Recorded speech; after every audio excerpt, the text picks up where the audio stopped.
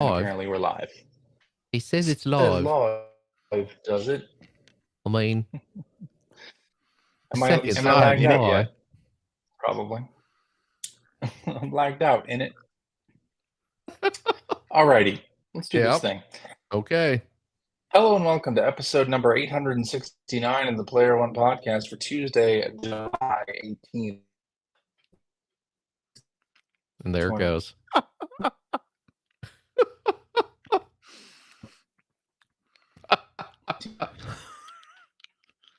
This is working beautifully, extraordinarily well. Yeah, this is awesome. Oh, he's just stopped, isn't he? Yeah, it just keeps putting an X over his connection. Yeah. It did lag out right away, didn't it? You bet it did. Now we'll wait for him to hear that. There, it stopped again. I knew what was happening. CJ's not at home, folks. Those aren't his collector plates hanging on the wall behind him. I'm not at home. You would think they would be. CJ's collector plates would have pictures Nintendo of and flowers, on them. paintings of flowers. Yeah. CJ's collector's plates would be in a pile like on the doll, floor. A creepy doll face. Amen to that. Not on the wall. Collector's You're right. You're exactly right.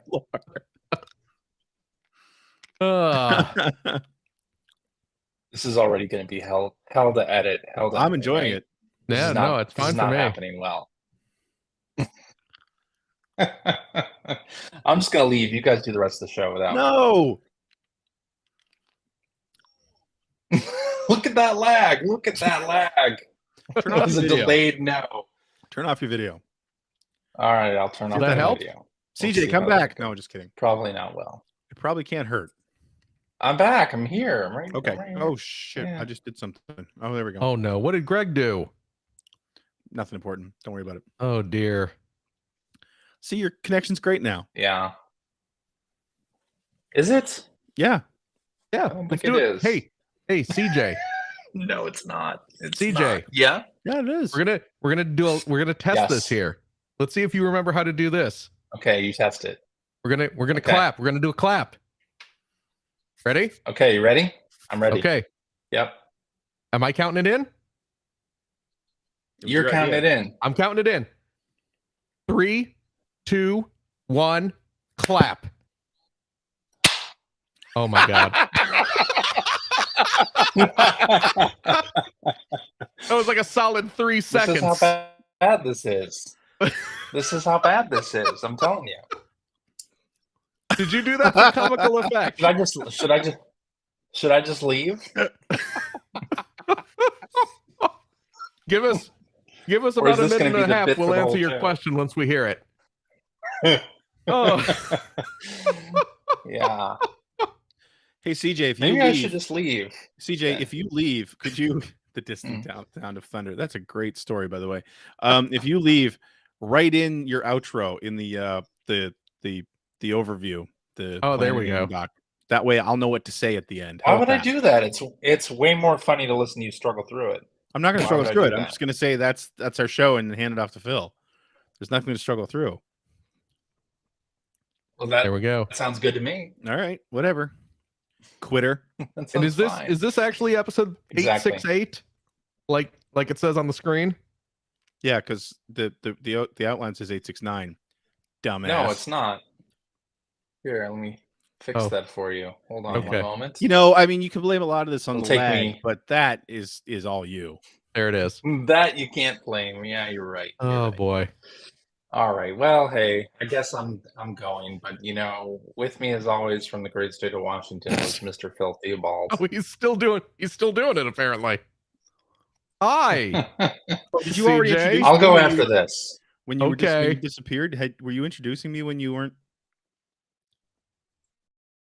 Yes. Oh, nobody heard that. I was introducing you. Nobody heard that. Nobody heard that one. Oh. So should we just start the whole thing over again? Yeah. I mean, that or you can just try to anticipate everything we're going to say and start speaking a little bit early. Oh. That's actually not a bad idea. That would... No, I don't like that at all. That's a terrible idea, and I don't agree with it. All right, so this was episode number 869 of the Player One podcast for Tuesday, July Wait, is he doing 18th, the outro? 2023. That is Greg Stewart right there in Canada. Hi. Canada, where we have better internet. And then Phil Theobald is in the great state of Washington. Yeah, no, I still am. Apparently, yeah. I still am. Yeah, I'm gonna go ahead and leave. If you leave, show by yourself. Am I going to be able to, like, when we stop? Am I going to be able to? Are we going to be able to stop and upload and all that? Is that going to work? Who knows? There it is. All right. Well, I hope you're tuning in live because there may not be any other way. This is going to be one of the famous lost episodes. No, this will be the episode of the Player One podcast that the Video Game History Foundation talks about 10 years from now in their study. Oh. No, what happens here, what's going to happen is I'm going to go to the producing room. I'm going to leave the stream and just leave this on, and I can end it when you guys are actually done. So you're gonna watch. So you'll be a little bit lagged. So you're gonna watch, and when we finish 20 minutes later, you're gonna say stop recording. Correct. Okay. Oh boy. This is gonna be awesome. Okay. You have a good show. Redo the intro. 87% of P1 podcasts have been lost to time. And he's gone. Hello and welcome to episode 869 of the Player One podcast for Tuesday, July 18th, 2023. I am your host, Greg Stewart. With me, as always, from the great state of Washington is our co-host, Phil Theobald. Yes, Michigan, the feelings forever. Is that a Kid Rock song? Yes. Because that's what CJ's in Michigan doing, right? He's gone to the Kid Rock concert. He follows Kid Rock around the country. Once he heard they were serving Bud Light again, I think he got right back on the tour bus. Oh, are they really? Yeah, they are. There was a news story that came out about how his bar has been serving Bud Light the whole time. Gasp! Right? Or anyway, like Kid Woke. Yeah. Anyway, we don't want to get into that. Yeah, you're right.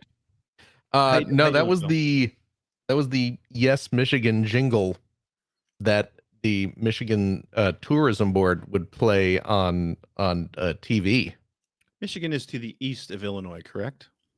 Michigan is to the north and east. It's across Illinois, the lake, and also directly to the north because there's an upper and a lower Michigan.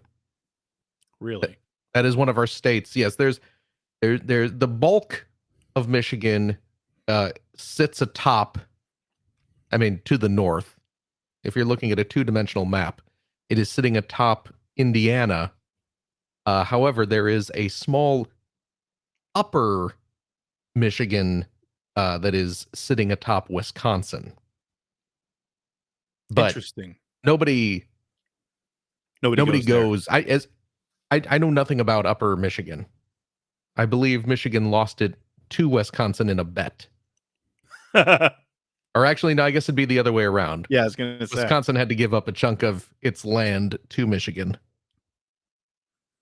during the RoboCop wars of the not too distant future. Yeah. OCP runs the cops. And you're a cop. Yes. I am a cop. Oh, RoboCop's a good movie, though. It is a good movie. I haven't watched that movie in way too long. It's a wonderful movie. It's legitimately outstanding. Hey, Greg. Yeah. You know, now that CJ's not here, we don't actually have to talk about video games. Yeah, I guess not. But I mean, we still could. You know what I'm enjoying today for my beverage? I have a new novelty beverage. Uh-oh. I have a bottle. This is a bottle of Coca-Cola Ultimate limited edition. This, I think I heard. You know what? This is tangentially related to our show.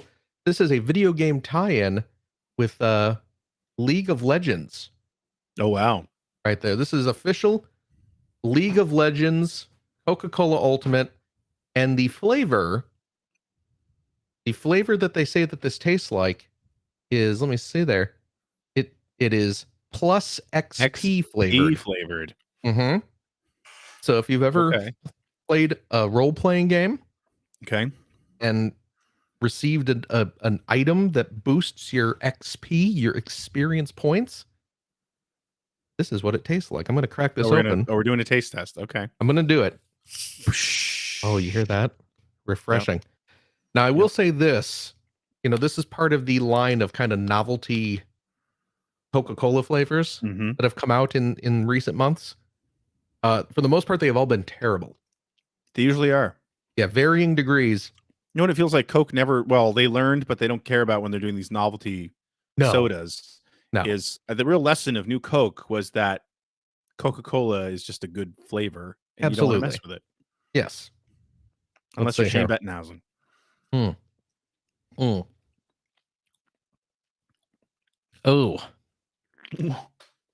That good, eh?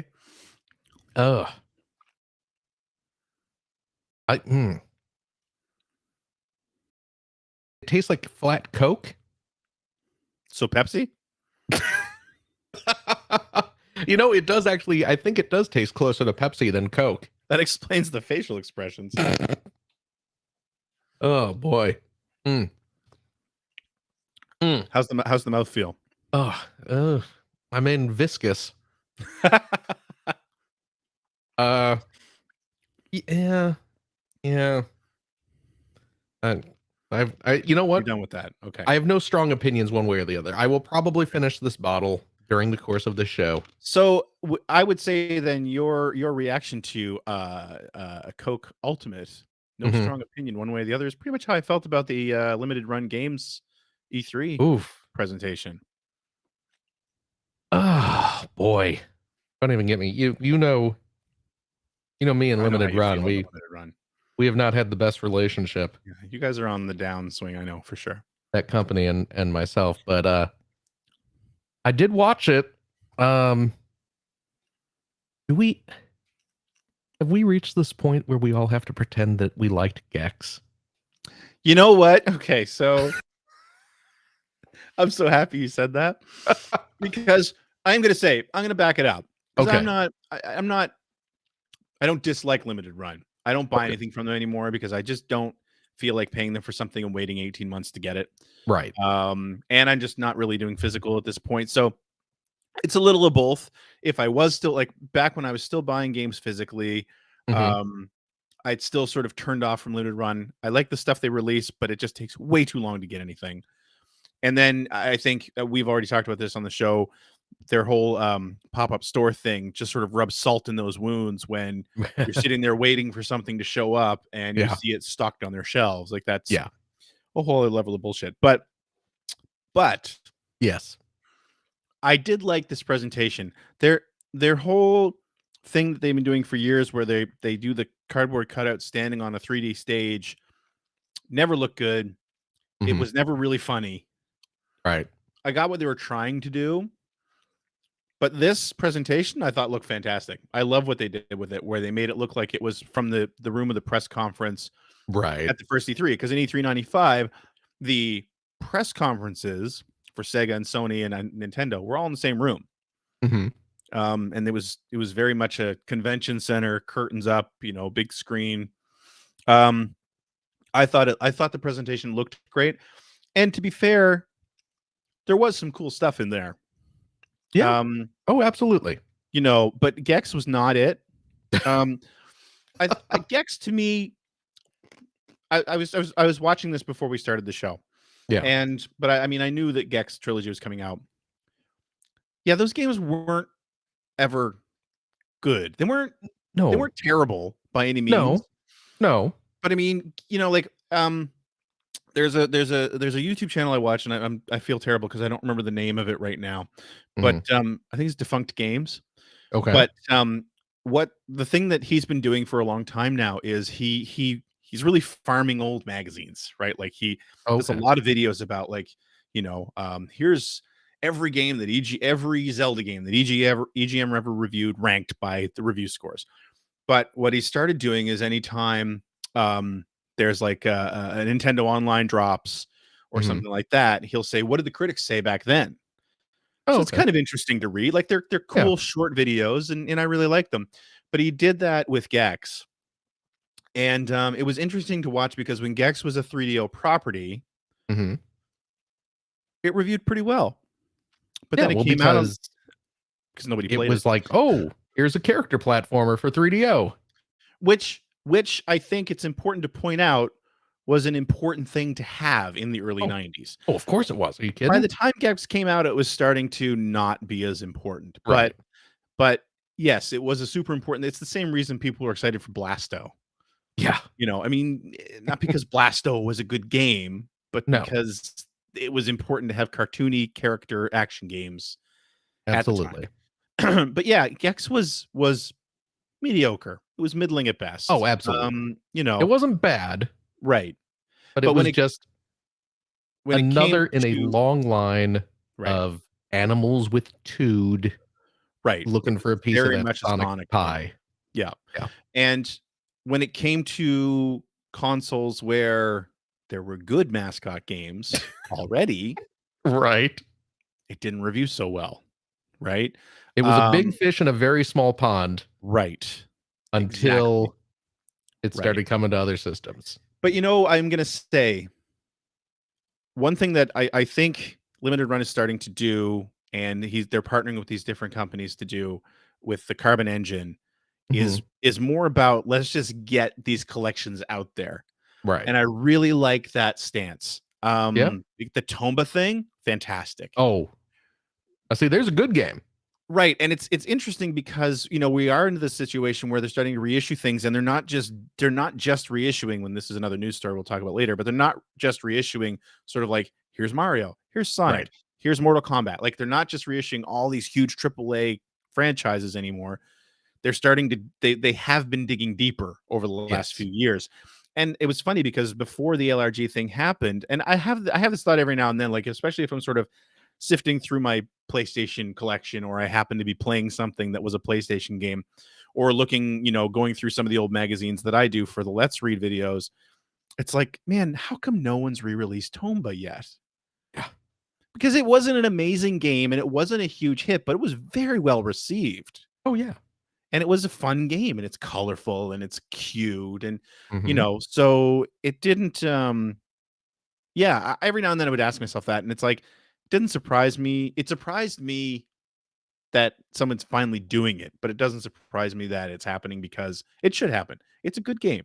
It's weird that Tomba 2 is not included. Yeah, that is weird. It's like, here is a very well-regarded 32-bit platformer that received a sequel back in the day and then was kind of promptly forgotten about. Yeah. But people still, you know, people who played it still like, oh yeah, that was a great game. A lot of fun memories around it. And then to re-release it, but not make it a bundle. It's like, you know, it's not like, oh, there are like 20 games in that series. How could we possibly? But it's like, hey, there's 2. You got 2 games. Did they say when it's coming out? I don't think so. Because the other thing that really hit me when I was watching that presentation is they never once show gameplay. Oh yeah, that's true. It's all that cartoon. I think it's the intro. Right. I'm not sure, but it's all that cartoon. Well, you know what? Here's a question. And I know this is low-hanging fruit if we're talking about Limited Run, but did they mention release dates for anything? They did. In fact, they announced a release date for Plumbers Don't Wear Ties. Now, hold on. Did they announce a release date or a pre-order date? No, they said release date, September. Oh, yeah. Interesting. The pre-order date, which I thought was funny, was for the Jurassic Park collection to celebrate the 30th anniversary of the movie. But it's like I don't know when the 30th anniversary of the movie is. I don't remember. Was that a 93 or 94 release? I think it was 93. 93, I want to say. So that you're celebrating the 30th anniversary by pre-ordering the game that you'll get.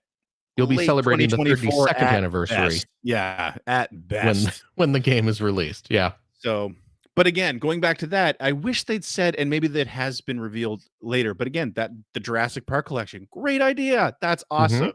Yep. I wish they'd said what's going to be in it. Well, I think they've already announced that. Have they? Okay. See, and they didn't in the. It was kind of like one of the things I liked about this presentation was that he's moving it along really fast, which was great. But the downside to that was they weren't giving us a lot of detail. Yeah. in the presentation. Now, I don't know if the rest has been announced, but I mean, just from watching the video, it looks like the Super Nintendo version is in there. It's just the Nintendo stuff. See, that's too bad. Yeah, you're not getting the Genesis games. It's just the NES, the SNES, and the Game Boy stuff. It's too maybe we'll get something similar to when like the Lion King collection came out, or was it Lion King? It was just Lion King, right? No, there were a couple games on that collection. Anyway, the Lion King had Aladdin and Lion King. It had Aladdin, it had Lion King, and I believe later it was updated with Jungle Book. And it was updated with the Super Nintendo versions of things. And then it was updated again with the Super Nintendo game. Right. I would love to see that happen with this because I think the Genesis versions were better games, personally. Well, those are the ones that people remember. Those are the ones people remember. But it would be great to have an all-in-one collection because on top of that, you have like the 2 Genesis games, plus you have the Master System game, which is a completely different game. Oh, is it really? And you've got the Sega CD game, which is a completely different game. Oh, yeah. So it's just a graphic adventure game. Right. And I mean, Master System and Game Gear, I think it came out for Game Gear and it was probably the same. Those two were probably the same. But probably. I mean, like that's to me, and I've said this so many times, and it's one of the reasons why the YouTube stuff that I do covers the 16-bit era is like Jurassic Park has always been a great example of this. One property, like 5 different versions of the game, like completely different. They're not similar in any way. Right. So outside of the license stuff, but either way, great that Jurassic Park. I mean, the clock tower announcement is fantastic. That's pretty cool. That's really cool. I know a friend of the show, Benjamin Rivers, probably went crazy when he saw that. Is he into like horror games? Oh, big time. Yeah. Yeah. I'm sorry. I didn't read that at all. But no, and he's actually, I think he played that on his stream at one point. I didn't even know that existed. Like I knew Clock Tower was a franchise and I knew I'd played it. I remember Scissor Man or whatever he's called. Right. But I didn't know it started on the Super Nintendo. Yeah. And and again, the other one is the Gargoyles remaster they're going to be doing physical release of too. So yeah. And that was just Genesis, right? Yes. Okay. And it was late Super Nintendo? I don't think so, but I could be wrong about that. Hey, I seem to remember it just being Genesis. But either way, to me, in that presentation, all the Carbon Engine stuff, I love what they're doing. And it's clearly a focus for them is to get some of these old, especially like when they did the Clock Tower section, they were talking about like, let's get some more of these games that never came here. That would be great. Out. And that's like, they did it with Way Forward working on it, I think. So they did it with River City Girls Zero. Right. Exactly. Yeah. So all in all, I did make a joke about being indifferent to the LRG thing. I wasn't. I was, by the end of it, I was very excited. I won't buy what I'm excited about? LRG, but I'm excited that it exists. You know what I'm excited about from that?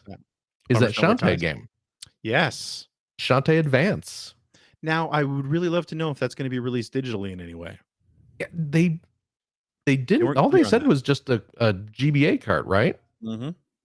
Yeah, it would be weird because all the other Shantae games, I mean, like the original Game Boy Color one, they did a digital release. Yeah. So it would be a little odd to not. Yeah. But we will see.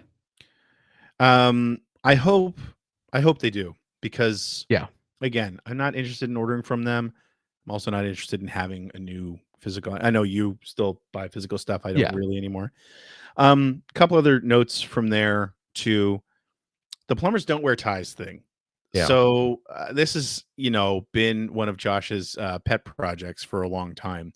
Mm-hmm. It's one of those games that I'm always confused by anyone being excited about it because it's an ironic thing. It is an ironic thing, and people are excited because they never played them. Yeah. Played it. I will say from what I saw, and I think there was a further video of this, it looked like there's some 3D stages. I don't know, but from what I saw from this presentation, I do like that they're sort of going the documentary route on it. Yeah. And I was really excited to see that they actually have an interview with the actress from the game. Yeah, that's pretty neat. But then it's a bunch of YouTubers. Yeah. And it's just like, I don't care. Well, like, what? And as YouTubers I respect, don't get me wrong, but that's not why I'm buying Plumbers Don't Wear Ties. The only reason and I'm very convinced of this. The only reason anyone even thinks about that game anymore James is Rolfe. because James Rolfe did his Angry Video Game Nerd video on it a few years ago. And he's the YouTuber that would, if you're gonna have one, have him in there. Which he is. Right? Which he is. Yeah. But then again, it's like other YouTubers and other people like Kelsey Lewin is in there. You know, I really respect what she does. John Linneman's in there. John Linneman's great. He does amazing stuff. Mm-hmm. I don't get why they're there. You know what I mean? You know what? I honestly think at that point, it's just, again, kind of the ironic, like, oh, we're going to pretend this game is important. We're going to treat this game seriously. It is a garbage. It's garbage Game. It always was. It's not even a funny FMV game. There's no full motion video in it. No. I'm very curious about like the number, because I'm sure it's going to sell very well. Well, I was thinking about that. Sorry to cut off your thought there for a second, but I was thinking about that as I was watching this. And actually, Arzette is another one that I kind of, although the gameplay looked good, but the whole like this is the spiritual successor. Oh, the fake CDI game and all that, and it's like, okay, that's funny, but and I'm curious, of course, where LRG is owned by Enhancer Group. Mm-hmm. In my mind, I'm like, I wonder how much money they'll let them spend on ironic stuff like this. Yeah. But on the flip side, I was thinking, you know what? They've got a built-in installed base. Oh, yeah. That will buy absolutely everything they make. So as long as they make the right amount, they're probably doing fine. Yeah. That is very true. Yeah, what I was saying earlier was I'm curious about, because like I said, of course it will sell well, because people think it's funny, and you know, to an extent it is. But I'm very curious about the number of copies of that game that will sell versus how much time the people who buy it will actually sit down and play with it. I would say that's I think that the ratio of that for almost any limited run release is probably eye-watering. Yeah. Right. And honestly, I cannot imagine anyone sitting down and playing through Plumbers Don't Wear Ties unless they're doing it for their stream. Right. Yeah. You'll see a lot of that. Yes, absolutely. Although those people are probably going to get it for free anyway. Yeah. But so going back to as well, Arzette. Oh yeah. Gameplay looked pretty nice. Yeah, it looked, I mean, it's certainly going to be better than the source material. Well, that was the thing, right? Because when they first showed it, I'm like, okay. And yeah, they're clearly aping the terrible flat backdrop with no camera movement. Right. And sprite animation over it with tons of camera movement for some reason. But when they got to the actual gameplay, I was like, oh, this doesn't look bad. I would be okay play this if it's cheap enough, you know. The only other thing that I wanted to bring up here is it just sort of made me laugh. Roller Coaster Tycoon 3. Oh, this. Roller Coaster Tycoon 3, great game. Really great game. The only reason it made me laugh is because I worked at Frontier Studios for a while, which is who's releasing this. And it always sort of made me curious because when I was there, I did work on Roller Coaster Tycoon 3 for mobile platforms. Oh, okay. And I don't think it's listed anymore, but that was sort of one of the bigger projects I worked on for the couple years I was there. And while we were working on that was, I believe, when either Roller Coaster Tycoon 4 had just come out or was about to come out, which was released by Atari. And so it was always a big question, like, well, why are we doing 3 when, 4 exists and it's being released by Atari? And it's because there's like this gigantic legal, tangled web of legal matters around Roller Coaster Tycoon 3 and Thrillville and the licensing and the creator of the Roller Coaster Tycoon games and Frontier and Atari. So I think how that all finally shook out is that Frontier owns Roller Coaster Tycoon 3, but not any of the other ones. Okay. And so they release that game over and over and over and over again. So it made me laugh that it's, here we are, 2023, Right. And, they're still releasing. But again, it's a good game. Don't get me wrong. Yeah. But yeah. Anyway, I mean, if you know what, if someone did a modern day port of SimCity 2000, I'd buy it. yeah. Oh my God, Yeah. absolutely. You know, Oh, I loved that game. oh, Played it's it a on my great Saturn. game.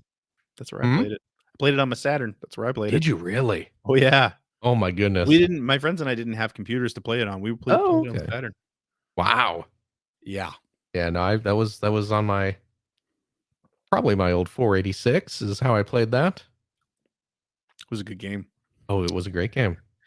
Did you know, Nope, Phil, not at that all. 87% of classic video games are critically endangered? Oh yeah, that I knew. Really? Yeah, well, I've How did been you working know? really hard to make sure of that. It Oh, used to be 76%, but yeah.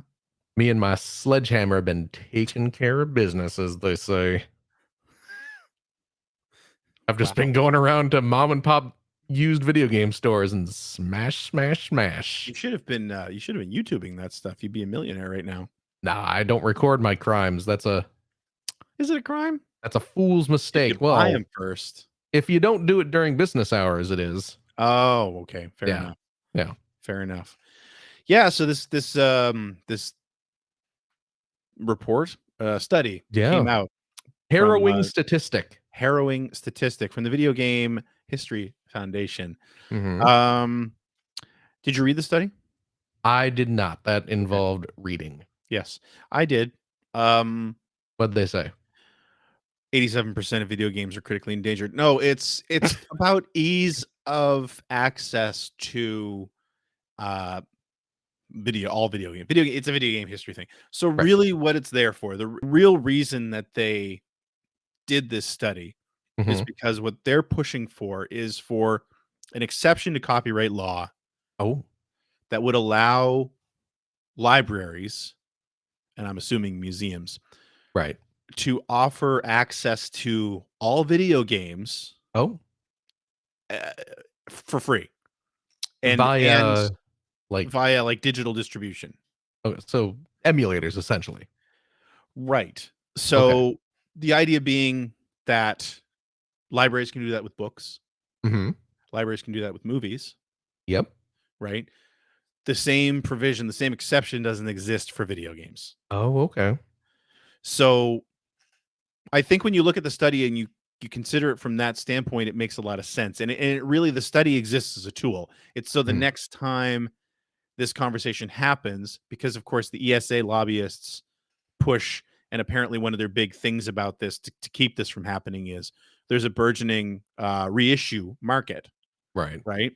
That's their argument, Hmm. which is not wrong, but they're arguing that that means that this exception doesn't need to be made because we're already really healthy there, right? Ah, Video game preservation is healthy based on this because bullish Digital Eclipse reissue put out market. that Atari collection. Exactly. So Yeah. the whole point of this is like, even though that stuff does exist, Mhm. almost 90% of games that have ever been created Right. still aren't available easily. If you want to, if you're a researcher and you want to research this, it's about, you're going to have to physically be in a place. You're Right. going to have to travel, et cetera, et cetera, et cetera. It all makes a lot of sense, but I have to say that the stories that have come out around it, it feels like it's twisted it up so much Mhm. that when I first read about it, it really reads like every video game should be for sale forever, Okay. But which doesn't make any sense. right. And it's the standard like headlines like game companies don't want you playing classic video games. Like, no, that's not at all what this study said. But anyway, it's interesting. There's been a huge news cycle around it because of course the Video Game History Foundation and sort of all the sort of regular cast of characters that are sort of linked to them are all Mhm. doing YouTube videos and publishing stories, and it is important. I'm curious to see if it makes a dent at all. But anyway, that's a Yeah. thing that they did. It is an That would be interesting nice. report. Yeah. It'd be nice to be able to just take your library card and log on and I download a ROM that would be good for like a week or whatever. Yeah. Yeah. I mean, yeah, you can do that with ebooks now, certainly. Mm-hmm. Yeah. See, the big difference there is, and I mean, they call this out in the report, but it really gets glossed over and oversimplified, I think, in a lot of the reactions.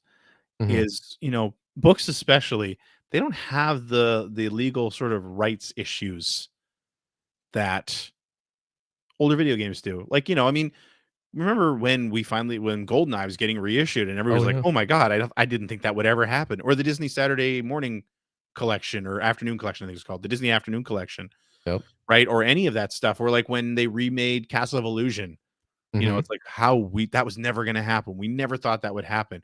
Teenage Mutant Ninja Turtles falls under that umbrella a lot. Absolutely. Right? Because of the Nickelodeon has the rights to that now, but it was Konami and it was so and so, and so there's that. And then there's also, the other thing that I think gets lost is it's led to a lot of the conversation like, well, emulation's not the same. It's not good enough. It's like, yeah, but even if we do get this exception, that's how you'll be playing most of this stuff. Right. Because it's dedicated hardware, old dedicated hardware that's falling apart. Yeah. It's very expensive that they're not making more of. Yeah. To make this. But yeah, like I said, the original goal of the study, I think, makes a lot of sense. The reactions to it have been kind of ridiculous. I think personally, but yeah, maybe that's just me. But hey, speaking of classic video games, yes, because we haven't talked a lot about those yet. I mean, I'm not talking classics at the level of like the Gex trilogy. Well, how many of games reach that echelon? Well, I mean, how many? Dana Gould is one man. How many games could he be in? Well, he's so busy with The Simpsons these days. Right. Is he in The Simpsons? I think so. He was working on the writing staff, maybe even the head writer of Simpsons for a while. He might still be there. I didn't know that. That would have involved me having watched The Simpsons in the past 2 decades. Right. Anyway, this week, Digital Eclipse announced their Gold Master Series. Oh, yes. Starting with Karra-tah-ka or Karateeka, depending on how you like to say that word. Karateeka.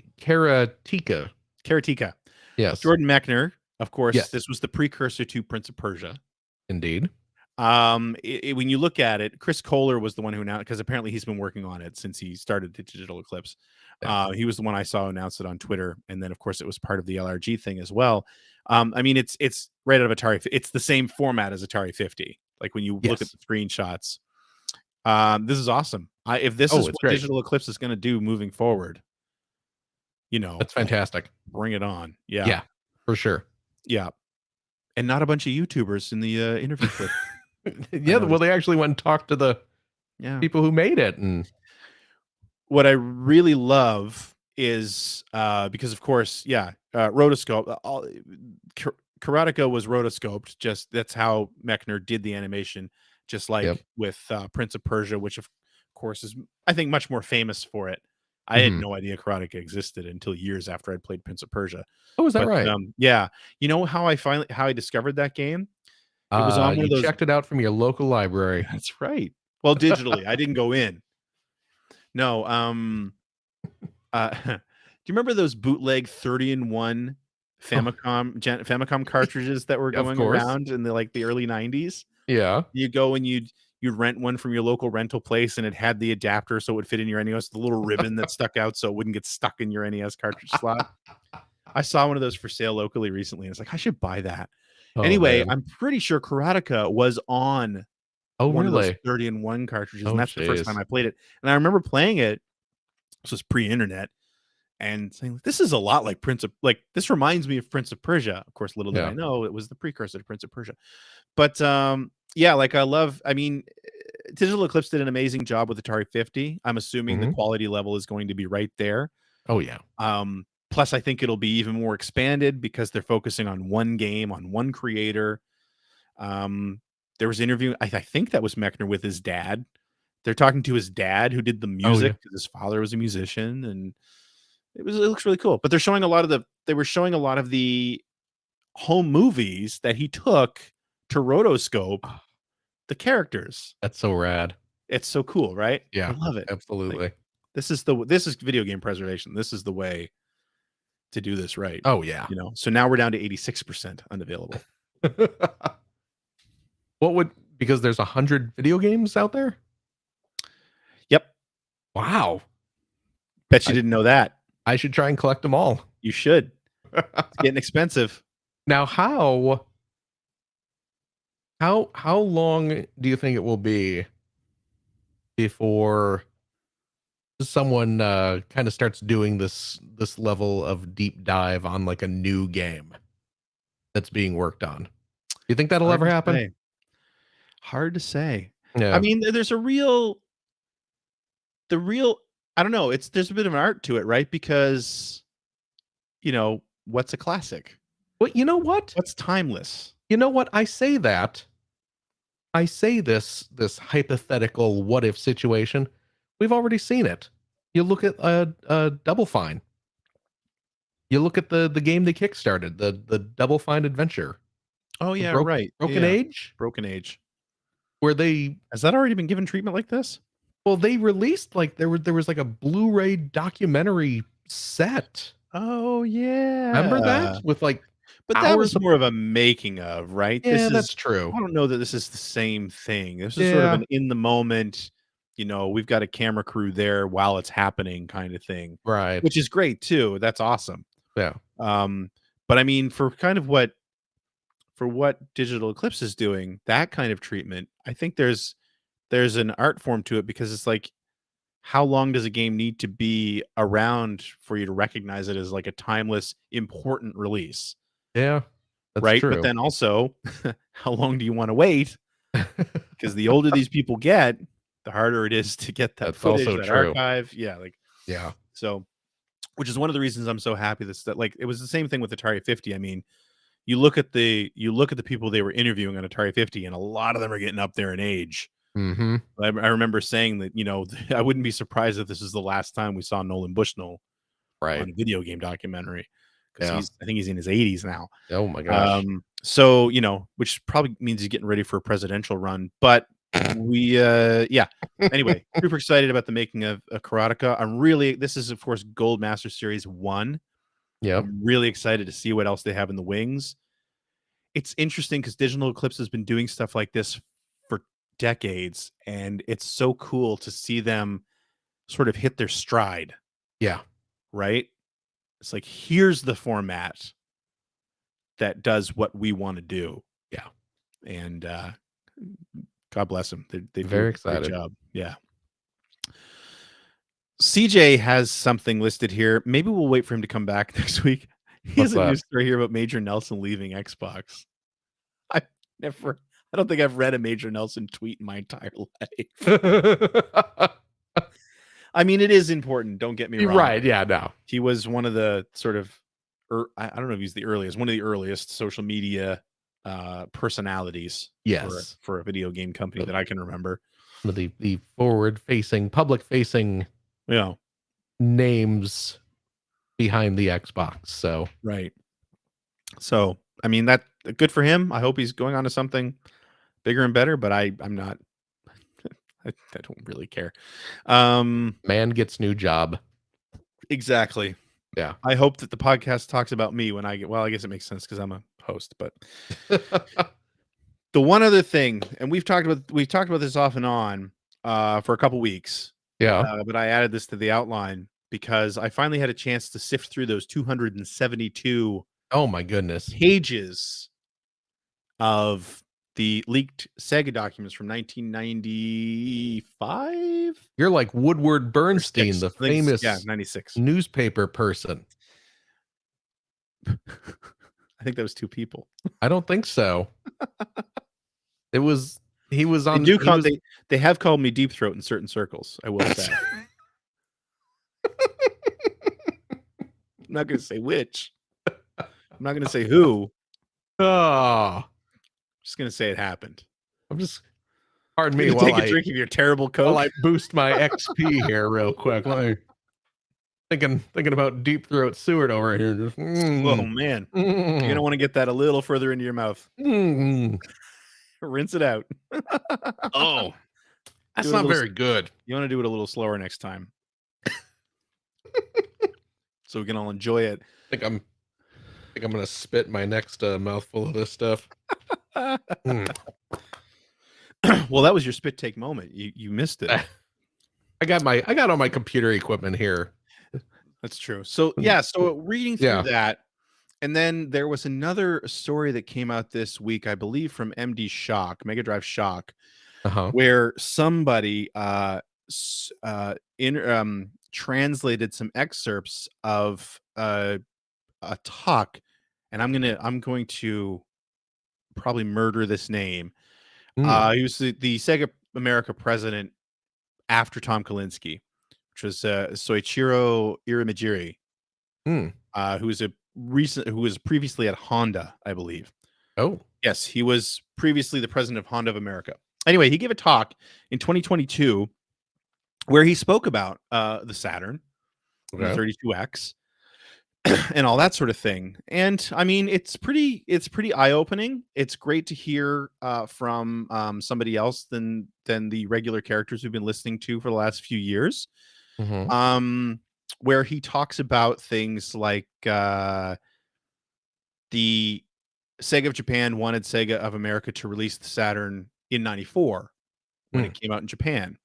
How the 32X was an American thing, and which we all knew, and of course was not successful, which we all knew.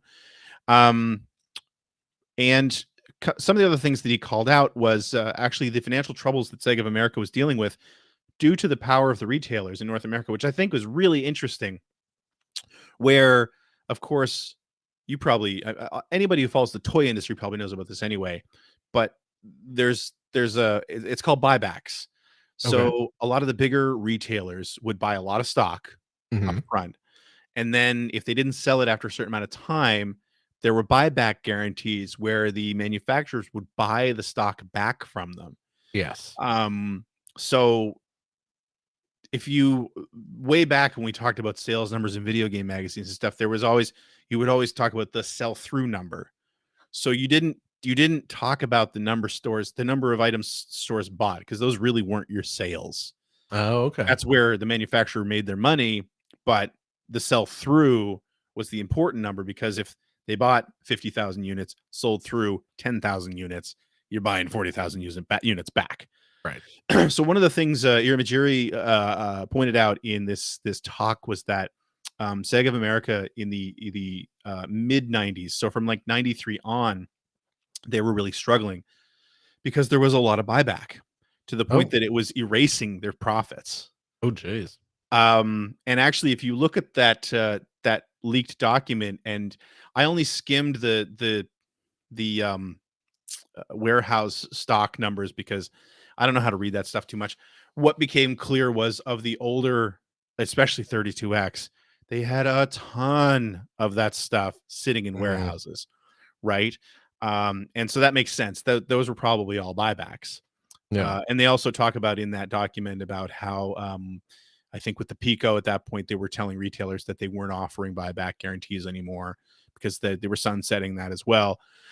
But anyway, yeah, Irimajiri, the way he put it was like Sega of America had a reputation for earning so much money, and it turned out that they really weren't earning much at all. So we decided we need to change things. And the bombshell here is that they told Tom Kalinske that he would give him a year to restructure his company, like so, right? And after a year in 1996, it hadn't progressed. He didn't get to it, or he didn't want to do it. So he was asked to retire. He was asked to step down. That is not something I think anyone's really known. Right. We all knew Kalinske stepped down. We all knew he left, but it was always sort of considered as of his own volition. So anyway, it's some really interesting stuff, and I'll send the link. Well, I put the link in the show notes here, and I'll send the link to CJ to put it in the show notes. But again, I'm going to go back to sort of the same thing that I was going to talk about, or that I talked about with that 87% of video games study. The reactions to this have been irritating as hell because it's very much I knew Tom Kalinske was a screw up and that sort of thing. And I get where that comes from because ever since Console Wars, Kalinske and a few key people from Sega of America have really been sort of writing the narrative on what Sega of America and Sega of Japan were and their relationship in the mid 90s as the Genesis was winding down and the terrible launch of the Saturn and how badly the Saturn did. And especially like I said, with Console Wars, they've sort of been writing or rewriting that narrative to the point that there's been a pretty big backlash where it's like a lot of people don't believe that it was as cut and dry that it wasn't Sega of Japan just sucks because they didn't listen to Sega of America. And so they're the reason the Saturn died.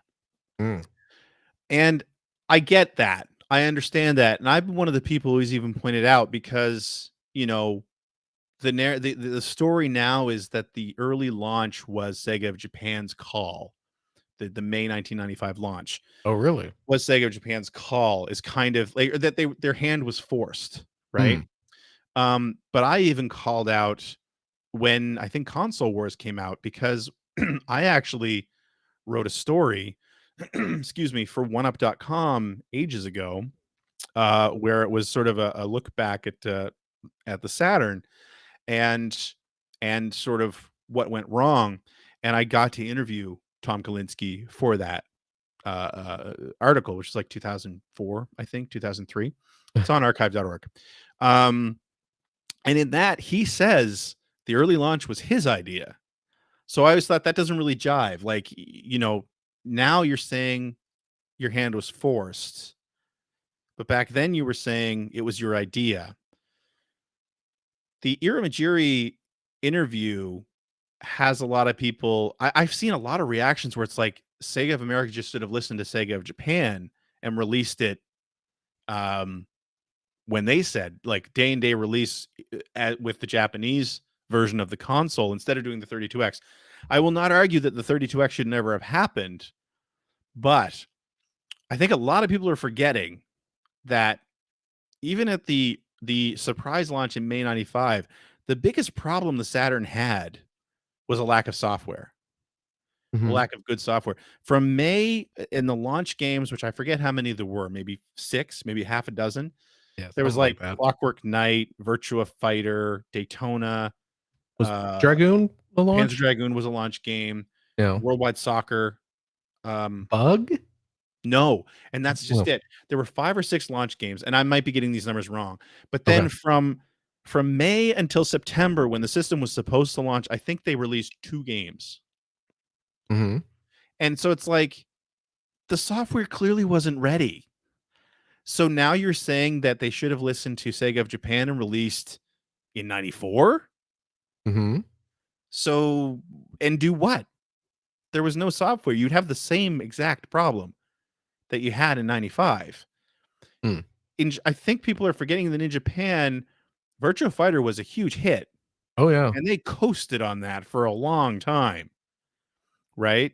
They couldn't do that here. And if you remember, the Virtua Fighter port on the Saturn wasn't amazing. It was okay, but it wasn't great.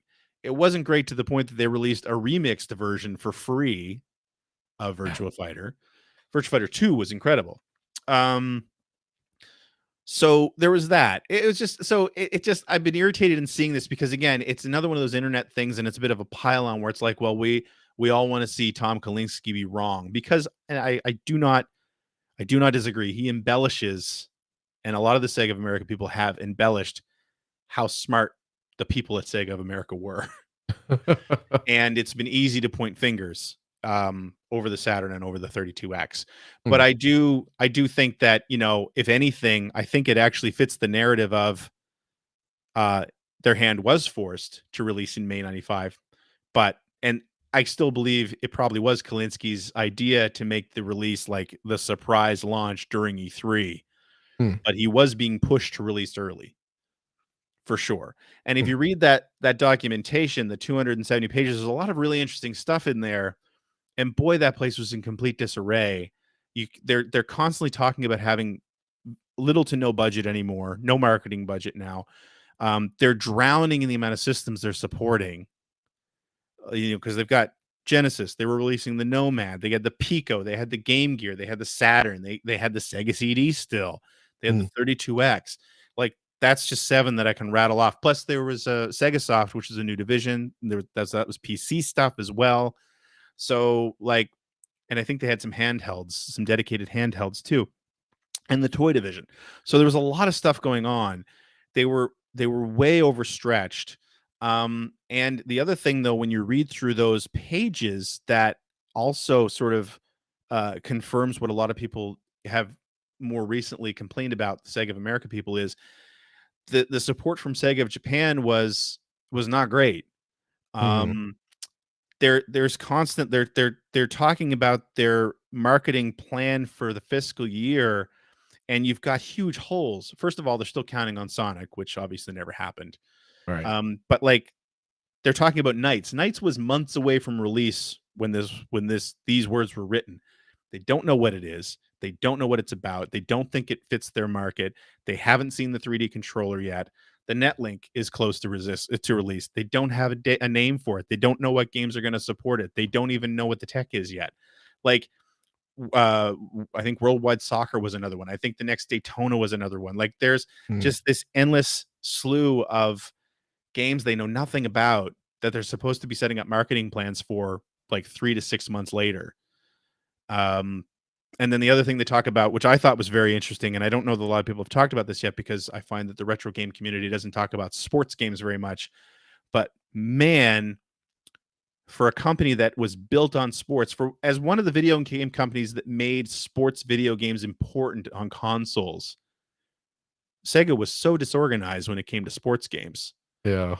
In the Saturn, they're talking constantly about games that are super low quality, but the big thing that keeps catching me is that all of their major sports games were set to release off season. Every single one. Not one major sports game was set to release at the beginning of their respective sports seasons. And they keep calling it out. The other thing that I wanted to touch on real quick about this, and I know I'm rambling, but I was reading it all through the week, and I was just getting more and more irritated at it. So yeah, the Iramajiri thing, he makes a point of calling out the 32X. Again, I am not arguing that the 32X was a good idea. Don't get me wrong. But the way he puts it is that when it was just around the time that he came in, he began in July of 93. He flew out to Sega of America to get because he didn't have a good understanding of the game industry. Okay. I met with Sega of America president Tom Kalinske and head of software development Joe Miller. They told me that there was no way they could abandon the incredible success of the Genesis. They made this clear to me in a very passionate manner. After that, I returned to Japan. We would release the Saturn in Japan at the end of 94. Meanwhile, we would develop an enhancer for the Genesis, the 32X, that Sega of America would release at the end of 94. We would split the markets. The Saturn's American release would be postponed for a year. That's the plan that was eventually agreed upon. And I missed where he says this, but he did say that it was all Kalinske and Joe Miller and the Sega of America people who convinced Hayao Nakayama to create and release the 32X, which I think is a little bit unfair as well, because that's not the story that's been around, and it's not just Kalinske who said that. And I went back and actually found an interview with Joe Miller, who's unfortunately no longer with us, but he was sort of the head of tech in Sega of America. And he pointed out in this interview from 2013 with Sega 16 that the 32X was more of an answer because Sega of Japan was pushing for, was it Project Mars? I think it was an enhanced Genesis. They were pushing for a 32-bit-ish Genesis as its own new console. It was Mars, wasn't it? Yeah, I think it was Mars. Yeah. And so he calls out that the 32X was more of a, like, we don't need to create a whole new console. We can create an enhancer for the existing console, because the Genesis, I think the sell-through rate at that point was around 40 million. So they were absolutely right that you didn't want to abandon this market, right? And so he says like they were together in sort of coming up with this idea. And I mean, there were bigwigs from Sega of Japan in that conversation. He calls out Hideki Sato, who was the head of console tech in Japan as well. And that they all agreed on it, right? So I just think it's interesting that kind of the same way that people are talking about Kalinske rewriting history on a lot of this stuff, this Irimajiri talk, it feels like he's doing the same thing. Right, where you've had not just Kalinske but other people who were in the room saying like, Sega of Japan was actually pushing for this updated console, which would have potentially made older Genesis obsolete. And who knows what it would have cost, because the other major problem was the Saturn's cost. It was way too expensive, and that wasn't a Sega of America thing. So anyway, I just been reading through a lot of this week. I think the reactions have been interesting. I think everyone's really excited for, to sort of tear Kalinske and Sega of America down a notch or two, because again, they have been embellishing. Don't get me wrong, but I don't understand why we're taking this at face value and not other people who were there at face value, because we don't want to. So it's a thing. So that's all I'm going to talk about. The 32X was a terrible idea. Yeah, I agree. But do you have any opinions about Sega? No, but the other thing is that I will say, reading through those leaked documents, they were right. The Genesis was still a strong business at that time. Yeah. Right. And I think that that's the key piece that everyone's kind of forgetting here, is that you've got the people who are pushing for an early Saturn launch and maybe this new version of the Genesis. Sega of Japan was coming at things from a very different perspective than Sega of America. The Mega Drive was not successful in Japan. It was third. It was a distant third, and it was losing ground because it was old at that point. It was 1988, right? It was 5 or 6 years old at that point. So of course they wanted to get something on the market faster. Plus they had what was one of the hottest arcade games ready to go with Virtua Fighter, right? You didn't have any of that in America. The Genesis was really popular. Yes, the Sega CD and the 32X had hurt their reputation, and they call that out in those documents as well, and that's absolutely right. But it was still popular. It was really popular. It was, back and forth with the Super Nintendo for quite a while for ownership of the market. It was about a 50% split. So, why would they want to do that? It makes perfect sense from a business standpoint that you don't want to cut your legs out from under you. And again, they didn't have a killer app. Virtua Fighter was popular, but it wasn't as popular as Japan. And for better or worse, it looked like garbage next to Toshinden. Toshinden sucked. But visually, it looked a lot better. It looked great. Right? And it's the same thing with Daytona. Daytona was massively popular in the arcade. So was Ridge Racer. And that Ridge Racer and the Ridge Racer port looked way better than Daytona on the Saturn. Yeah. So, I mean, again, I think the truth lies somewhere in the middle. I don't necessarily think anyone's lying. I think absolutely everyone is saying what they're saying to make sure that they look like they were right. Right. And they probably were from a certain perspective. But yeah, so that's been the Sega 1993 episode of Player One Podcast. Thanks for listening. No, I mean, I was going through that document, and I have like 12 pages of notes. Oh my God. To the point that it's like, I want to, like, anyone wants to listen to what I have to say. I should do a video about this, but are you going to do a Generation 16 about it? I don't know. For the speed I move, my video production brought to you by Limited Run Games. Oh, it'll come out in 18 months. If I do a video on this, it'll be out sometime the end of next year. And then it'll take another 3 months to actually ship for all 300 people to watch it. Yeah, exactly. The physical versions. The digital version will be out in 18 months. Yeah. Hey, Phil. Hey, what? What you been playing? Oh. Yeah, we're still going to do that. Okay. Not much, I'll be honest. But what I did pick up this week was a new Switch game, which I believe CJ talked about this game. Yeah. A while ago. Gravity Circuit came out. I don't remember if he talked about it. He may have talked about this as, I think you'd like this game, Phil. This looks like it's right up your alley. That's my CJ impression. That's pretty good. Thank you. Yeah. But yeah, I believe there's a demo of this on Steam, but the full game came out, and it like I said, it just came out on the Switch. It is a Mega Man homage game. Oh, yeah, you know what? I think CJ did play this. Yes. Say that. Yeah. Yes. So yeah, it came out this week. I had not tried the demo, despite it being there, but I'm just like, I'll probably just pick it up when it comes out. And pick it up I did. And boy, I'm glad I did, because it is a good game. So it is it's a Mega Man style kind of run and gun platformery type thing. They're really, really swiping that Mega Man vibe, because it kind of looks like a Mega Man game. It kind of sounds like a Mega Man game. The robot designs are not bad. They're good, but not as good as Mega Man. Like just like you, tall order though.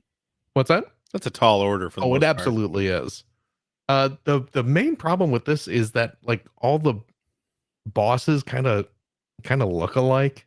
I mean, not like if you get real close and start looking at all the details, this one's got like a little head crest and this one's got kind of bulkier arms. But if you're just kind of looking at a lineup of them, you're just like, they all look like kind of vague Mega Man shaped blobs.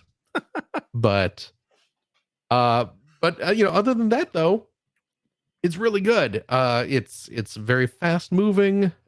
You have it's more kind of punching oriented than like the shooting mechanics you'd see in a Mega Man game. You have a Bionic Commando style grappling hook, which you can use to obviously swing across pits and things like that. You can also use it as a weapon to launch forward and attack enemies, or to collect items from afar. And they take it's kind of like Shovel Knight, in that it's clearly inspired by 8-bit titles, and they're kind of going for that sort of 8-bit aesthetic, but it's that kind of heightened reality version of 8-bit, where it's like 8-bit games did not look as good as Shovel Knight. Right. It's how you remember 8-bit games looking. Absolutely. Right. And this is very much that same kind of thing. And it's a really fun game. It's very fast paced. It's difficult, but not in a way that feels unfair. It's got multiple difficulty levels. I'm playing it on the normal difficulty. There is an easier difficulty that I was just like, I'll see if I can do it on the regular difficulty for now. And I've not gotten too far. There's like an intro stage, and I've beaten 2 of the 8 bosses after that. And it also it's weird. It's like a and I'm seeing Namev in the chat is saying the exact point I was about to make. Is it feels like Mega Man X. Like it's got it like the mechanics, a little more arcadey almost. Yeah, the dashing and well, because you have like you have a run button that you can hold down to just dash around. You have a wall climb, so you can hop up the sides of walls. It even has like the the Mega Man X games, there was like the mech suits that you could hop into, and they have like the kind of slower punches, but they're very it just has that in there as well. So it does feel like kind of a 8-bit version of Mega Man X. But it's a good game. You might dig it, because I know you appreciate a good Mega Man game. I love Mega Man games. Yeah. The old school Mega Man. Check it out. It is pretty neat. And yeah, like I said, I've beaten 2 of the 8 bosses so far, and I'm having a good time with it. So I'll have to check it out. But yeah, that's Gravity Circuit. is the name of that one. You said I there's a think it's demo? on sale. It's got like a small, probably like a 10% discount or something on the eShop at the moment. But Okay. But you said there's a demo. Is there? Is it? There is. I believe there's a demo on Steam. On Steam, you said. I Right. don't know if there is an eShop demo or not. Okay. I'm gonna let's see. I mean, I have Steam. You do? I have a Steam Deck. I'm aware of play that. on that. Oh, look at that. Gravity Circuit on Steam. There. Oh, stop playing. I don't want you to suddenly got the music popping in my ear. Oh, there doesn't seem to be a demo. Maybe there's not a demo for this. I don't know. But either way, it might be a good game for my Steam Deck. Yeah, it's currently on sale. It's on sale for 10% off. It's like $15-16 on Steam. Nothing. So yeah, I'm gonna load up the page just so I remember that. It is a good game. $20 in Canada. Okay. All right. Cool. Oh yeah. There is no demo. Just from the thumbnail that loaded in on the video, it looks like was it Chill Penguin? Was that the Mega Man? Oh yeah, the X boss. That was the Penguin boss. Yeah. But yeah, and you it's kind of cute. You have there's a little graphical flourish where your character has a scarf that trails behind him. Oh, like Zero. Kind of like Zero, but actually more like Shinobi in the PS2 game, where it's like, when you're not moving, it kind of goes away, but as you start running, it gets longer. Speaking of which, there's what we need: a Shinobi collection. Now I like that idea. Around to, but yeah, because I like that idea a lot. Again, the arcade games and the home games were quite different. Absolutely, and they were all great. You know what? Include Alex Kidd in Shinobi World, just because. I was just gonna say, get that down there, and you know what? Go nuts. Pay whoever you got to pay. Let's get all the versions of the Genesis Revenge of Shinobi on there. Right. Because they did like half a dozen revisions of that game to. Yeah. Well, I mean, because even the title screen has been changed. Yeah. I forget the name of the actor who they were using the eyes of, but was it gone. Chiba? Yes, it was Sonny Chiba. Yeah. Yes. Yeah. That was the most, I think, the final revision, which when it came out on Virtual Console, the title screen had changed. Okay. So yeah, get rid of all the Godzilla and Rambo and Terminator. And the Rambos, yep. Terminators, Spider-Man, Batman. God. Remember, for a while they had the license for Spider-Man. They did. Well, that's when Sega had the Spider-Man license, right? Exactly. They could get away with it then. God. Oh boy. I'll have to check that out. So for me, I was playing a couple. Well, I've been doing a playthrough based on. So for Extra Life this year, one of the things that I did was I set some goals, and the goals are almost all, fundraising goals, and the goals are almost all attached to unlocking Let's Play streams where I play through an entire game, and most of them are themed around my previous years playing the Extra Life marathons. Because like the first year that I played Extra Life, I think it was a Sega CD Focus, right? Oh, okay. And then I did like an NES year and a Genesis year and stuff like that. So anyway, the first one was the Sega CD Focus, and I had played through Snatcher on that stream where I raised $770 that year. Wow. We regularly raise $10,000 a year now, but right. So that was your first year, yeah? That was my first year. So when we raised $770 this year, I said on Twitch, I will play Snatcher until I finish it. Like not all in one sitting, but I'll do streams until I finish it. So I finished it this week. Oh, congratulations. Which is fun because I always love playing through Snatcher. Yeah, so it's great. So one of the things is, so the next one that we're going to unlock, which we haven't quite reached yet, is Luna the Silver Star for the Sega CD. You're going to play through it? Yeah, on Monday nights. Twitch TV/Seward, by the way, if you're interested. But in the meantime, now that I finished Snatcher and we're waiting for Lunar to unlock, I have never, and especially even since the English translation patch was done, I have never played through Police Knots. Oh, which was like the spiritual successor to Snatcher. Right. Was basically Hideo Kojima. I don't know, like Snatcher was clearly Blade Runner cross. It was a little bit of Terminator in there as well. But it was mostly Blade Runner, and I guess Invasion of the Body Snatchers, I guess maybe, but it was clearly based on Blade Runner. Right. Police Knots, I think, is actually mostly based on Lethal Weapon. The two main characters are definitely based on Lethal Weapon. Absolutely. But yeah, it was a 3DO, Saturn, PlayStation, and I think it came out on Japanese computers as well. Hideo Kojima, again, a visual novel that really looks a lot like it's got something to do with space, but Lethal Weapon. Right. Which, by the way, great movies. Pretty racist, pretty homophobic. Still a fun watch. And hey, Mel Gibson is. Are you talking about the movies, or are you talking about Mel Gibson? Yeah, I say Mel Gibson's a renowned anti-Semite too, so you got that in there as well. But anyway, yeah, still fun movies.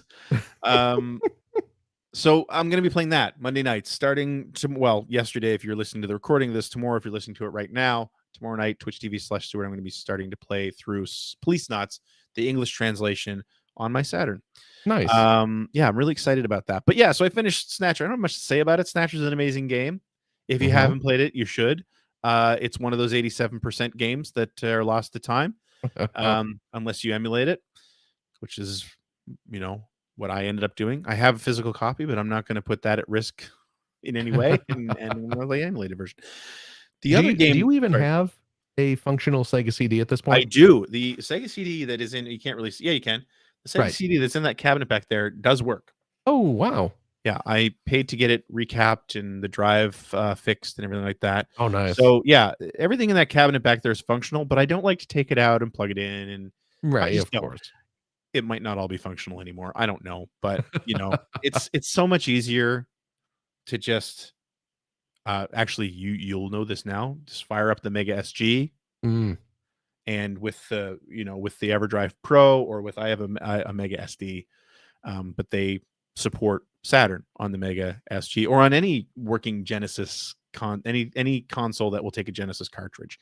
Oh wow! So it's just easier to do it that way. No, it's probably not perfect, but it's close enough for me. Speaking of which, yes, you got your Super NT and your Mega SG this week, right?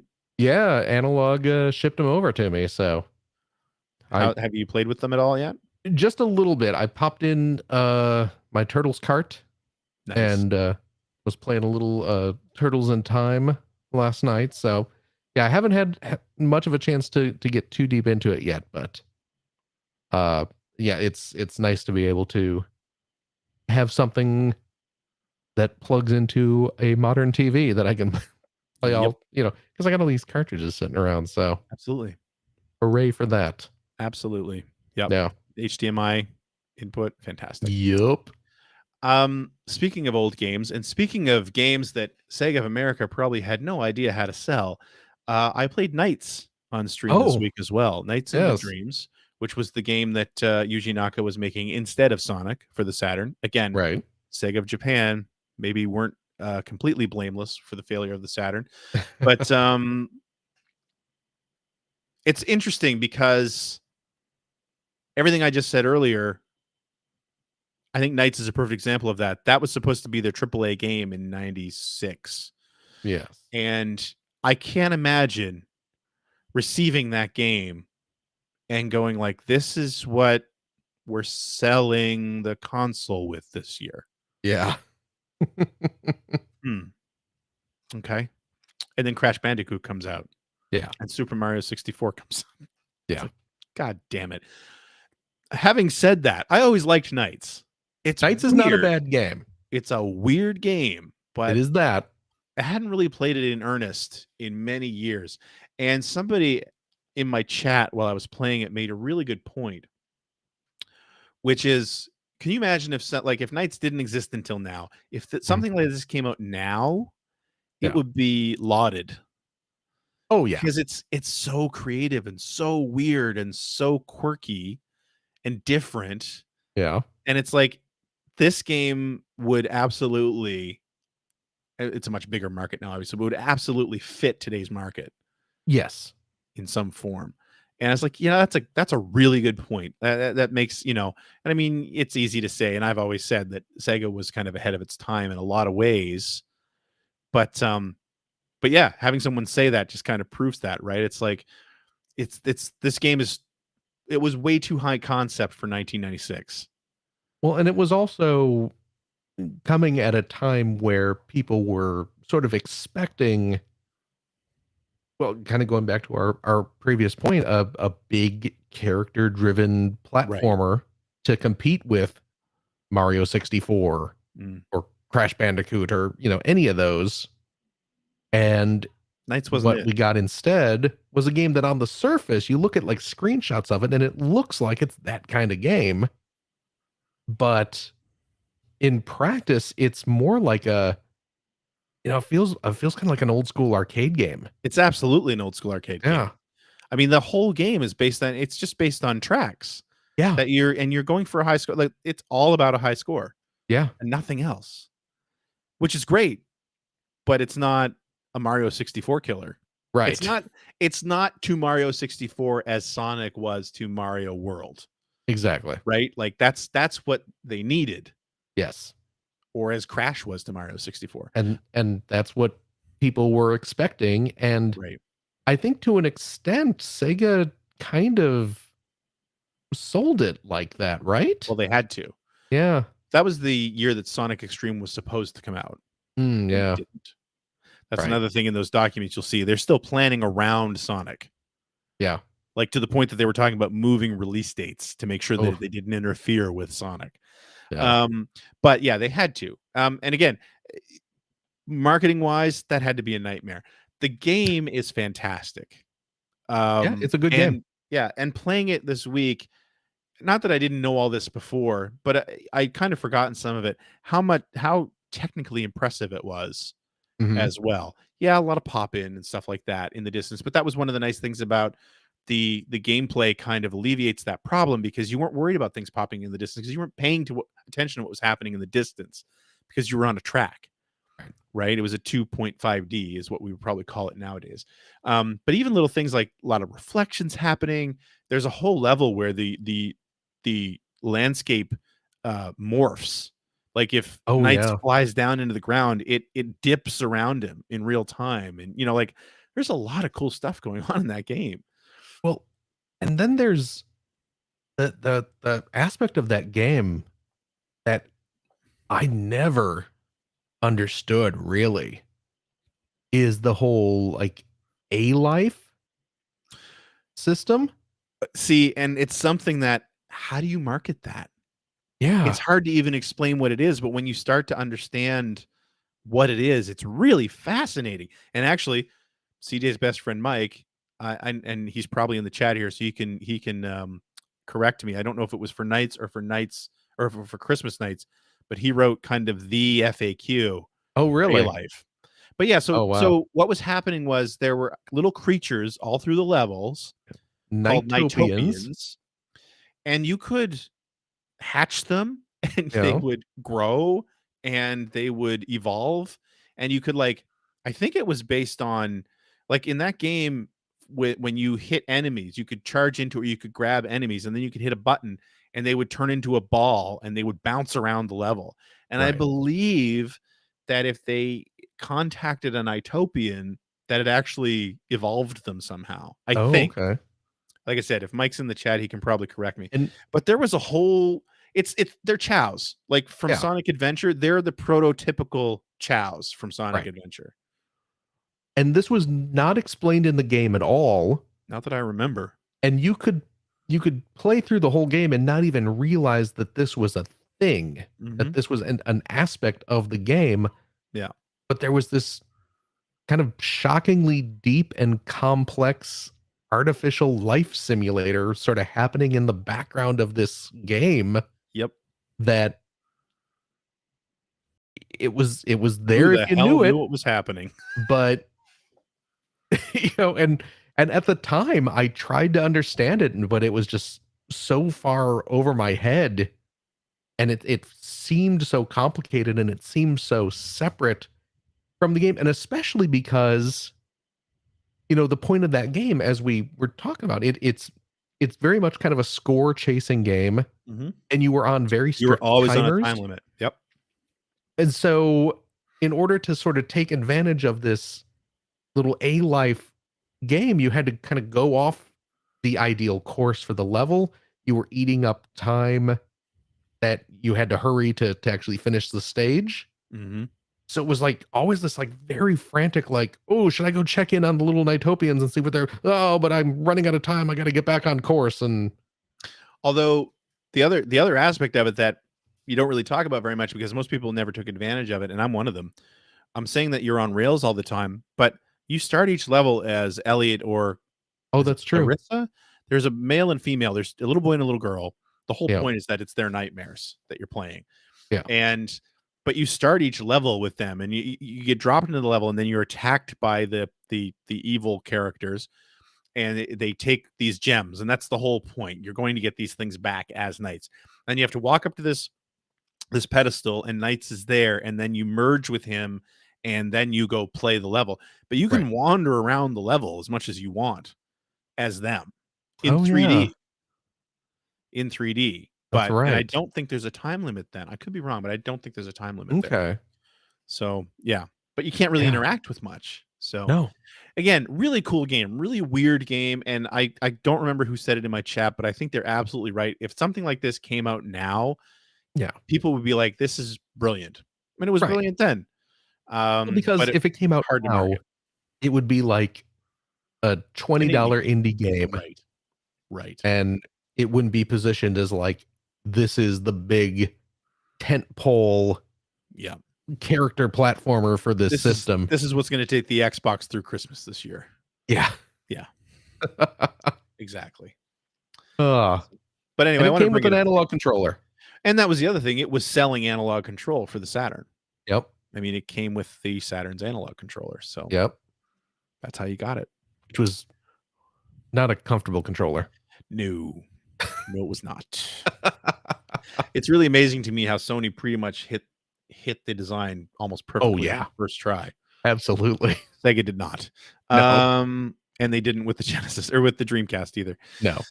Genesis, yes. Yeah, the Genesis, they got that 6-button pad. Come on. Yeah. There you go. Sega should re-release it alongside the 98% lost Saturn games. I agree. There we go. The other game I've been playing this week, and there's not much to talk about with this one. And we're pushing an hour and a half on the episode now as it is. Playing a lot more Zelda. I'm at about 140 hours now. Oh my gosh. Yeah. And I just loving it. I got the Tingle armor. There's a whole set of Tingle armor. Really? Yeah. I think it makes you faster at night. It's the special ability. I don't know that's what Tingle's famous for. Apparently. So I got the Tingle armor. So, and I started doing there's 3 labyrinths in the world that I finally tackled one of those, which was really cool because like you had to start on the surface to unlock the door to the upper floors, which had floated into the sky. Okay. And then when the one that I did, the sky version of the labyrinth, you were gliding the entire time. There was also low gravity. There's parts of the sky islands that are actually low gravity. Okay. So when you jump a long way. So that was really cool. And then that finishes off by opening up a crater to the depths. So you're like diving, and the fun thing there was you dive right off the top of the sky island all the way down into the depths. And then there's a boss fight at the bottom. And that's what finished the labyrinth. So it was really neat. Nice. I'm not going to talk about it too much because again, we're running pretty short on time here, but playing still. That's really all I'm playing from the new stuff is Zelda. Let's do a couple of tweets. Okay. We have a few minutes for a couple of tweets, so let's do it. Okay. That's your cue. Tweedly deedly dee. Tweedly deedly dee. Tweet. All right, we got this one from Hacker Alice, the Xbox wrap up. Asking if we're going to buy The Last of Us 2 remaster that was apparently leaked this week, if it does come out for the second season of the show. Will you buy that? Maybe. I sound excited. Well, you know what? It's not been that long, has it? No, and you know what? That's what I felt about not the Last of Us remaster, but the first time they re-released when the PS4 came out. Yeah. One of the earliest games was Last of Us, and I didn't play it then because it's like, well, I just finished playing it like 3 months ago. Yeah, see, that's the thing. Like I when they did the re-release of CJ would buy it, clearly. CJ's in our chat saying he'd buy it. Yeah, because I played Last of Us on PS3, loved it, of course. And then they did the new version for PS4, which I bought, and I honestly didn't really play it. I played it for maybe like an hour, and then I was just like, yeah, I played this game. But then when the PS5 version came around, it's like, oh, it's been and I picked it up and, loved it. So it's still so fresh in my mind. So here's the question, though. Oh, I love questions. When I think about this, I'm the same as you. Yeah. Love The Last of Us. Mm-hmm. Didn't really play the PS4 re-release. I didn't buy it because I wasn't interested in playing it again. It was my favorite game that year, but I had just finished it. Loved The Last of Us. One of my favorite games. Yes. Not favorite enough that I considered buying the remake on PS5. The only reason I played the remake on PS5 is because the show bought it for us. Right. But then turned it on, felt obligated because the show bought it for us. Right. Didn't put it down until I finished it. It's a great game, and it's still a great game. It was a really good. Yeah. The difference is I didn't love The Last of Us 2. Okay. It was good. Yeah. But I didn't love it. Not like I was crazy about the first game. So I don't know. The answer is no. I wouldn't buy the remaster of Last of Us 2. If it was something the show was to buy for us, I would try it, and who knows, maybe I would fall in love with it. But the big difference there for me is that I count the first game as one of my favorite games ever. Right. And the second one was the sequel to one of my favorite games ever, but I don't hold it in the same esteem, not even close. Right. So, yeah. Now this Last of Us, and apparently Last of Us 2. I'm sorry, The Last of Us Part 2. That's part of our 13% of video games that we don't have to worry about being lost. Right. Yes. Because we're going to get remakes of those on every iteration of the PlayStation until the end of time. Right. So. Yeah. And someone in the chat, Dustin, is asking, he wants to know what the PS5 brings to The Last of Us Part 2. That's a good question. Better graphics. Yeah. That'd probably be it. It'll look nicer. Yeah. But anyway, let's do one more here. Let me just take a quick look. Okie dokie. Oh, here's a good one. This is from Hacker Alias Blarcade. Sunsoft has made an announcement this week that they're back. Oh, Pet the Cat. What game from their catalog are you hoping to see return? Oh, right. This is a good question. That's okay. Well, I mean, we've got Blaster Master has been pretty readily available. Yeah, that was my first thought too. And it's like, actually, there's been like 80 Blaster Masters in the past 10 years. Yeah, well, you have the Blaster Master Zero trilogy and the original NES version has been pretty readily available on different services and things like that. What else? What else has Sunsoft done? I'll tell you what I want, but it would be a licensing nightmare. What's that? Hey, here's something else that maybe limited run and the Carbon Engine could help us with. Let's get a Batman collection, a Sunsoft Batman collection. NES, Game Boy, Genesis, and TurboGrafx. By the way, the PC Engine version was a puzzle. Oh, that's right. All 4 games completely different from one another. That's true. Not even the only thing that's the same is the name. Nothing else is the same. And all, again, maybe except the PC Engine version. PC Engine version was decent too. It's weird that Batman is a puzzle game. Yeah, it's like a maze puzzle game, right? It's a maze game, yeah. That's weird. But still, all good games. Yeah. Some of them great games. Batman on the NES is such a good game. Oh, top notch. And I really love the Game Boy game too, actually. I like the Genesis one. I like the Genesis one fine, but it's definitely third in that group. Right. Yeah, but I would love to see they're back. Hey, let's do that. Yeah. Please. You know what? Let's do a Gremlins 2 collection too while we're at it. Gremlins 2 is a good game. It was. Yeah. It absolutely was. That's a good one too. Yeah. What else? Hey, you know what? What's that? This will never happen. Find whoever owns the rights to Karra-tah-ka stuff. Let's put the Terminator back in Journey to Silius. That'll never happen. Wouldn't that be amazing though? That would be great. Yeah, for those who don't know, which is probably most people, there was a NES game that Sunsoft released back in the day called Journey to Silius, which I'm learning this now. I just went to the Wikipedia page. Apparently in Japan, it's called Rough World. Like RUFF? Huh? Is it a dog-based game? Rough World? Or? No. Rough ROUGH. Okay. The original title was Ruffalo World, where you played as Mark Ruffalo. But yeah, that game was released in 1990. But when it was originally announced, and there was screenshots in Nintendo Power back in the day, where it was going to be based on the original Terminator movie. And if you look at screenshots, you can kind of see. If you play the first level of the game, you are clearly playing the opening of the movie. Yeah, it's very much that future post-apocalyptic. Yeah, the future war. Yeah, man against the machines. Yeah, but yeah, that would be hilarious. I can't imagine there's any way they would be able to do that, but no. I'm super, maybe there is some sort of like fan hack. There probably is. Yeah, there probably is. There should be. Yeah. So, but yeah, I don't. Who sent this tweet in? Blarcade. Did Blarcade have any suggestions for?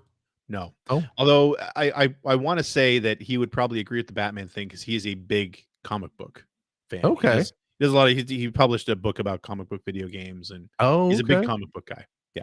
Yeah, because that's the thing. A lot of the old Sunsoft stuff is licensed because he had like the Fester's Quest. Yeah. And they did some. I mean, even Didn't beyond they do the Superman game. They did. Yeah, they did the. I think they did the Death and Return of Superman. Yes, they definitely did that. Oh, the other thing that they did all the Looney Tunes games. I don't know if any of those were any good, but they did all the Looney Tunes games on the Super Nintendo. Yep, the Roadrunner and Bugs Bunny and Daffy Duck, all those terrible Looney Tunes Super Nintendo games were them. Yeah. But anyway, yeah, I think that's a show. Well, all right. So that's our show for this week. Thank you for listening.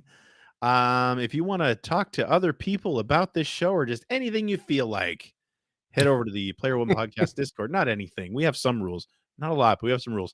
And talk to our amazing fans. I'm sure at least 13% of whom actually listen to the show.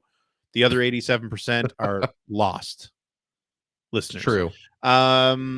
And of course, you can go to playeronepodcast.com to find past episodes of our show, as well as blog entries about other stuff, usually written by me. It hasn't happened in a long time. Probably won't happen for a long time. But, there it is.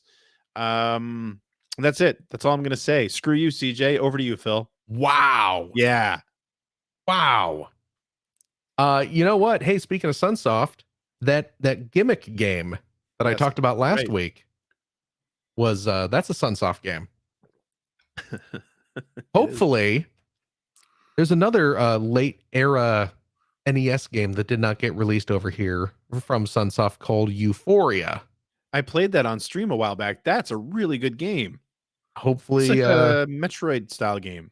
Yeah, maybe we'll get a new version of that. So, or not a new version, but a re-release like we did with Gimmick. Yeah. In the chat, someone asked about my shirt. This is my milk and cheese shirt from renowned comic artist Evan Dorkin. Chin makes a man mean. Everybody booze up and riot. Go dig up some Evan Dorkin comics. Read some Milk and Cheese. Read some Eltingville Club. Read some Hectic Planet. Read some Dork. They're all great. He also did a bunch of old Bill and Ted comics. Great guy. Great artist. Great comic book writer. So Beast of Burden is one of his more recent series. Good stuff. My gosh. Go read some Evan Dorkin. Jeez Louise. I have some original Evan Dorkin art hanging right above my computer monitors. You can't see them, but I'm certainly looking at them right now. So there you go. Tell you what, if you like what you wait, now how do I do this now? Because we don't, if you'd like to subscribe, that's how I start my outro. Yep. If you'd like to subscribe to the Player One Podcast, you can do so at player1podcast.com or by loading up your favorite podcast and listening app. We're also, oh gosh, here we go. We're on, so Stitcher doesn't exist anymore, yeah? I think it's or it's not on its way out yet, but it's about to be gone. We're on So Spotify. You know what? Let's future-proof this. Yeah. Don't mention Stitcher. Don't mention Stitcher. Right. World's Funnest, another great Evan Dorkin comic. Just mentioned in the chat.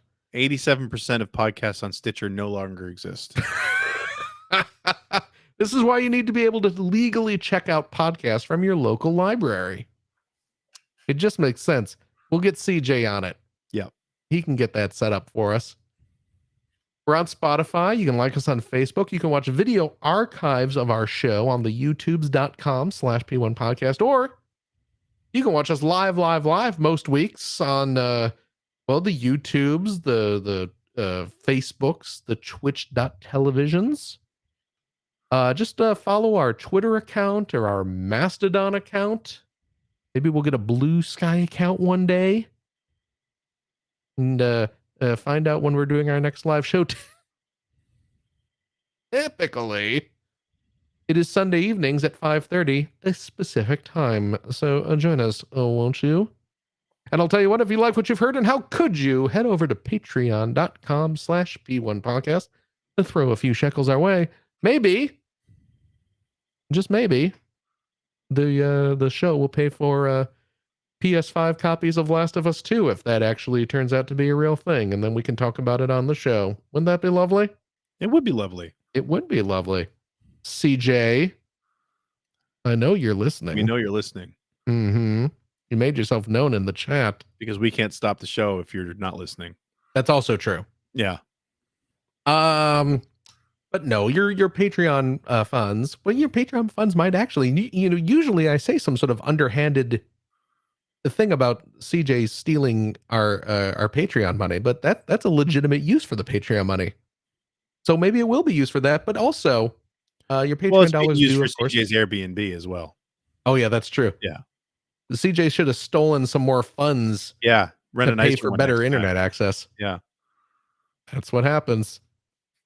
But it keeps us streaming and all that stuff. So but I'll tell you what, if you are a Patreon supporter of the $5 tier, cheap, you gain access to a special weekly bonus episode. We record it right after this every week.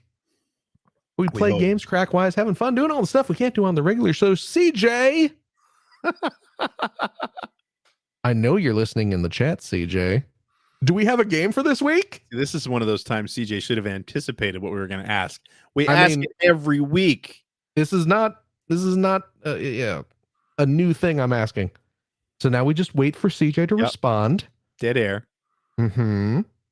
I forwarded a game to Greg. It's my job. Okay. Yes. Thanks, CJ. Thank you, CJ. So we have a game to play, you and I, Greg. I guess we'll see how that goes. And I'll tell you what. Oh, no problem, he says. No problem at all. Doopy-doo. You got it. Thanks, guys. Oh, my goodness. Hey, I'll tell you what, though. It seems like everyone loves Yakuza Tony. Mm-hmm. CJ's hot new character. Yeah. Yakuza Tony knows a guy who knows a guy. He always knows a guy who knows a guy. Hey, if you have a couple bucks left over, head over to patreon.com/Greg Seward to help support Greg's outstanding, and it is outstanding, web series about North America's favorite runner-up, the Sega Genesis.